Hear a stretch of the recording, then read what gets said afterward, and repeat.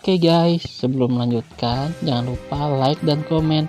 Dan yang baru bergabung, jangan lupa subscribe dan aktifkan loncengnya.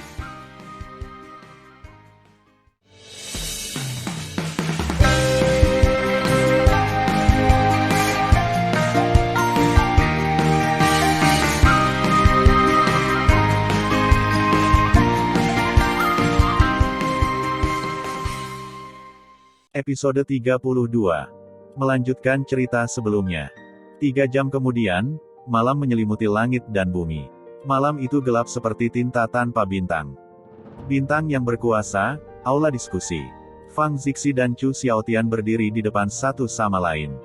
"Paman Chu, beritahu aku pendapatmu," kata Fang Zixi.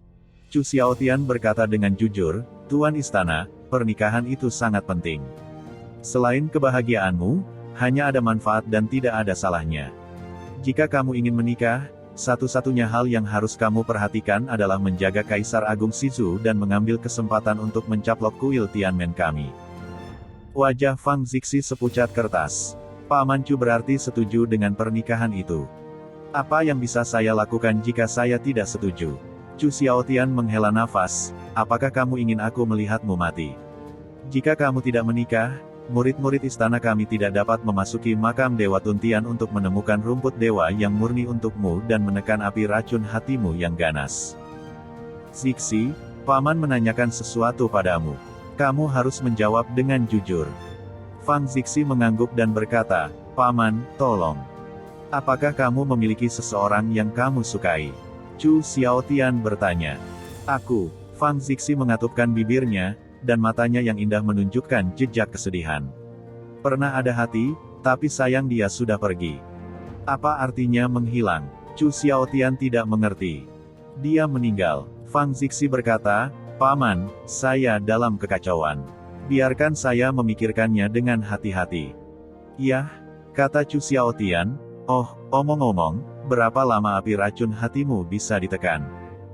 50.000 tahun atau lebih, kata Fang Zixi. Mendengar pidato itu, Chu Xiaotian sepertinya memikirkan sesuatu. Matanya yang keruh menunjukkan warna sedih yang dalam. "Selain itu, kamu juga memikul tugas penting balas dendam untuk orang-orangmu. Sier, dalam analisis terakhir, benua ilahi Beizu adalah rumahmu. Kaisar Agung Beizu dan kekuatan utama Beizu telah bergandengan tangan untuk menghancurkan rakyatmu. Ayahmu membawamu keluar dari domain ilahi Beizu. Meskipun dia tidak melakukannya tidak ingin kamu membalas dendam, bisakah kamu tidak membalas dendam?" Mata Fang Zixi berlinang air mata. "Pamanku benar, aku tidak bisa mati. Hanya jika aku hidup aku bisa membalas dendam dan kembali ke kampung halamanku." "Itu benar," Chu Xiaotian berkata. "Zixi, paman punya rencana. Apakah kamu ingin mendengarkan?" "Paman, tolong bicara," kata Fang Zixi. Mata berlumpur Chu Xiaotian berkilauan dan berkata dengan suara yang dalam, "Sebelum pengalaman makam Dewa Tuntian dimulai, kami akan mencoba yang terbaik untuk menyembuhkanmu. Jika Anda tidak dapat menyembuhkan Anda saat itu, Anda dapat mengajukan syarat dan membiarkan Kaisar Shizu memerintahkan murid-murid yang memasuki makam Tuntian untuk mencarikan rumput dewa yang murni untuk Anda. Selama rumput dewa murni datang, Anda akan setuju untuk bertunangan dengan Kaisar Shizu. Perjanjian pertunangan menyatakan bahwa jika suatu hari Sekte Dewa Elysium benar-benar ingin menyatukan benua Shizu, kamu akan menikah. Jika Sekte Dewa Elysium tidak menyerang kuil Tianmen kita, itu akan membatalkan kontrak pernikahan dan kemudian membentuk aliansi. Dengan cara ini, dia akan setuju." Waktu berlalu. Dinasti leluhur Shizu. Senior orang yang membunuh kakak bela diri adalah Zulong. Mata keruh Daoxing Dazun menunjukkan rasa membunuh yang kuat, dan suara itu berkata, "Saya tahu, dan saya juga tahu bahwa pendorong utama di balik layar adalah pengorbanan besar. Tujuan saya datang ke dinasti leluhur Shizu adalah untuk membalaskan dendam kakak laki-laki saya suatu hari nanti." Tan Yun berkata sambil berpikir, "Apakah masalah ini ada hubungannya dengan Kaisar Shizu? Saya telah melakukan penyelidikan yang jelas, tetapi saya tidak memilikinya." Daoxing berkhotbah, "Tan Yun, Anda harus ingat bahwa karena Anda telah mempelajari pengalaman 4 keterampilan dan kode rahasia 4 keterampilan dari kakak laki-laki saya, Anda adalah setengah dari murid. Oleh karena itu, pengorbanan besar juga merupakan musuh Anda. Setelah Daoxing Dazun pergi, Tan Yun menarik napas dalam-dalam, memandang Yu Yunxi dari samping dan berkata, "Ayo berlatih." "Ya," Yu Yunxi tersenyum. Tan Yun mempersembahkan menara Fang Seng. Baru saja memasuki aula, dan berkata dengan rasa ingin tahu, "Yunxi, kamu adalah murid Daoxing. Masuk akal untuk mengatakan bahwa kekuatanmu untuk melampaui level seharusnya baik-baik saja." "Ini," Yu Yunxi tersenyum canggung, "aku sebenarnya benci kultivasi, begitu banyak keterampilan yang kuat belum dikembangkan." Keringat, Tan Yun terdiam. "Sebagai putri ketujuh, kamu tidak berlatih kungfu. Itu bukan hal yang kejam. Orang tidak suka kultivasi, orang aneh." Yu Yunxi memutar matanya dengan nakal. Tan Yun berkata, "Bukankah kamu mengatakan suatu hari kamu akan berkeliling dunia denganku? Alammu terlalu rendah. Aku tidak akan membawamu. Kamu bisa melakukannya." Setelah itu, Tan Yun memasuki aula Fang Sheng, memasuki ruang pelatihan nomor 1 dan mulai berlatih secara terpisah. "Jangan khawatir, putriku akan berlatih dan tidak akan menjadi pel untukmu." Yu Yunxi berteriak gembira dan mengepalkan tangan merah mudanya. "Jika aku berlatih, dia pasti jenius di antara para jenius." Guan Feng di satu sisi menatap Yu Yun dan si tertegun. "Ada apa denganmu, pengasuh?" Yu Yunxi berkedip. "Putri, apakah kamu menyukai Xiao Zhang?" kata Guan Feng. "Nenek, apa yang kamu bicarakan?" Yu Yunxi berkata, "Bagaimana orang bisa menyukainya? Betulkah?" Guan Feng bertanya, "Jika kamu tidak menyukainya, mengapa kamu ingin berlatih keras karena kata-katanya?" "Tentu saja itu benar," Yu Yunxi berkata sambil tersenyum, "Pengasuh, kamu terlalu banyak berpikir." "Betulkah?" Guan Feng tersenyum. "Orang-orang mengabaikanmu, diam." Yu Yunxi berubah menjadi bayangan sisa dan melarikan diri. Melihat punggung Yu Yunxi pergi, setetes air mata jatuh dari sudut keriput mata Guan Feng. Dia melihat ke langit dan berkata pada dirinya sendiri, "Nona, apakah kamu melihatnya? Putri ketujuh memiliki pria yang disukainya. Meskipun Xiao Zhang berasal dari latar belakang yang sederhana, dia sangat tampan dan baik. Jangan khawatir, Nona. Aku berjanji padamu bahwa aku akan merawat putri ketujuh seperti putriku." Yu Yunxi dibesarkan oleh Guan Feng. Seperti putrinya, dia paling mengenal Yu Yunxi. Meskipun Yu Yunxi berdebat dengan licik, Guan Feng memutuskan bahwa meskipun Yunxi tidak menyukai Tan Yun, dia harus digerakkan oleh Tan Yun. Untuk waktu yang lama, Guan Feng sangat mengkhawatirkan peristiwa kehidupan Yu Yunxi, tetapi yang membuatnya khawatir adalah bahwa Yu Yunxi tidak memiliki perasaan terhadap laki-laki dari dinasti leluhur Sisu. Saat ini, dia menyadari bahwa Yu Yunxi dipindahkan ke Tan Yun. Bagaimana mungkin dia tidak bersemangat?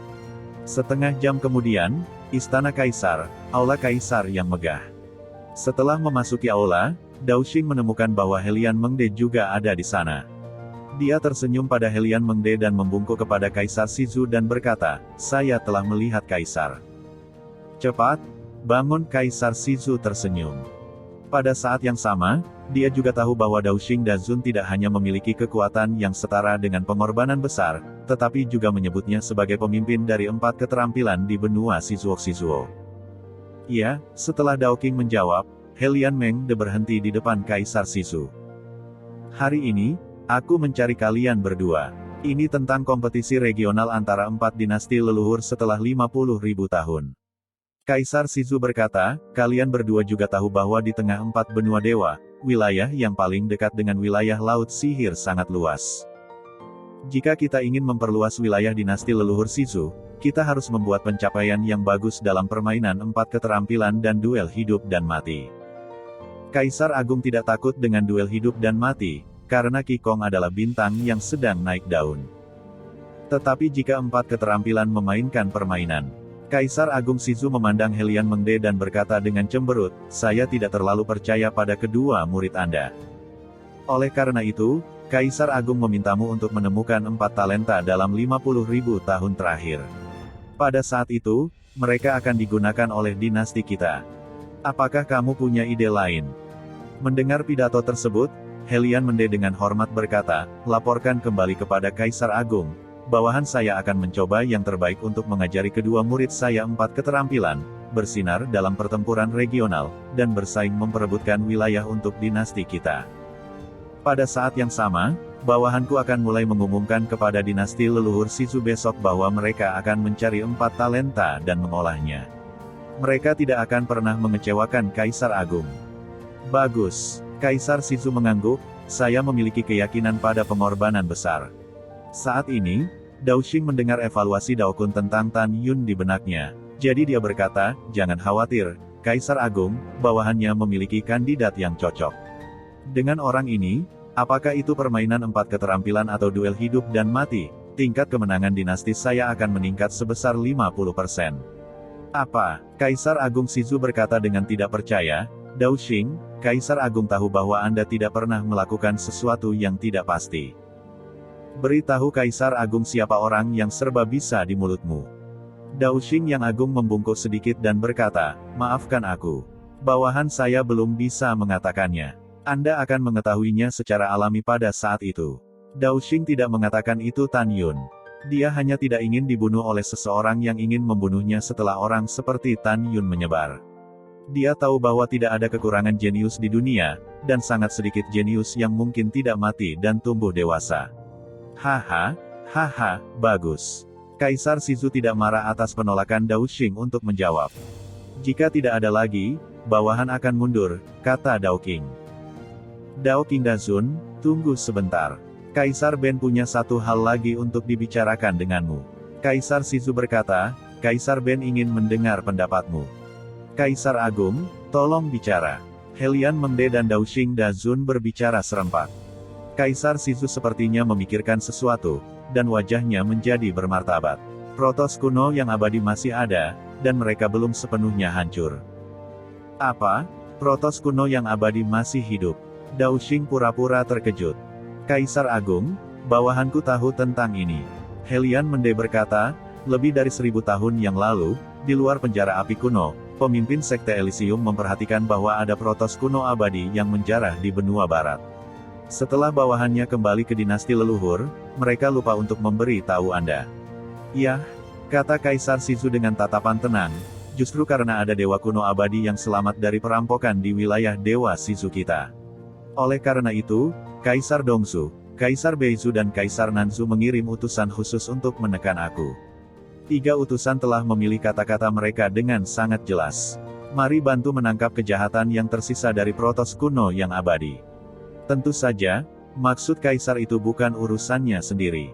Lagi pula, pengembalian yang kuat dari kejahatan yang tersisa dari protos kuno yang abadi di masa depan juga akan baik untuk kita. Kita pasti akan membalas dendam dari 3 kaisar besar dari Dongsu, Beizu dan Nanzu dan Sekte Dewa Elysium. Demikian pula, Kaisar Agung tidak akan pernah membiarkan protos kuno abadi bersembunyi di dinasti leluhur Shizu kita, karena 3 utusan khusus mengatakan bahwa jika kita menyembunyikan sisa dosa protos kuno abadi di dinasti kita, kita tidak akan pernah mati bersama dinasti kita. Berbicara di sini, Kaisar Shizu berkata, apakah Anda punya pendapat lain? Helian Mengde berkata, apa yang dikatakan Kaisar Agung itu sangat benar. Bawahannya tidak memiliki pendapat. Kita bisa tetap netral. Tentu saja, seperti yang Anda katakan, kita tidak boleh membiarkan sisa dosa protos kuno yang abadi bersembunyi di dinasti kita. Kalau tidak, itu akan menjadi sumber bencana di dinasti kita. Dao King itu mengerutkan kening, mengangguk dan berkata, bawahan saya tidak memiliki pendapat, tetapi bawahan saya sangat ingin tahu. Bagaimana ketiga kaisar tahu bahwa protos kuno yang abadi berada di wilayah ilahi Shizu? Helian Mengde memandang Dao Xing Dazun memeluk tinjunya dan berkata, saudara Dao Xing tidak tahu. Pada masa itu, Huyanzang dan 3 kaisar besar bergandengan tangan untuk menghancurkan protos kuno yang abadi, secara paksa memisahkan bencana surga dari protos kuno yang abadi dan mengintegrasikannya ke dalam pikiran mereka sendiri. Oh, begitu, kata Dao Xing. Dengan cara ini, begitu ada protos kuno yang abadi untuk menyeberangi perampokan, Huyanzang dan 3 kaisar agung akan tahu pada saat itu. Helian Mengde menggelengkan kepalanya dan berkata, tidak, gambaran dalam pikiran mereka sangat kabur. Mereka hanya dapat menilai di domain mana protos kuno abadi yang melintasi perampokan itu berada, tetapi mereka tidak dapat menemukan lokasinya secara akurat. Begitulah, Dao King Dazun diam merasa lega. Yah, sudah diputuskan. Kaisar Shizu berkata, Pengorbanan besar, saya akan menyerahkannya kepada Anda untuk ditangani. Sampaikan kehendak Kaisar Agung dan beritahu seluruh dinasti leluhur Sisu. Tidak ada amnesti bagi siapapun yang tidak melapor tentang Protos kuno yang abadi.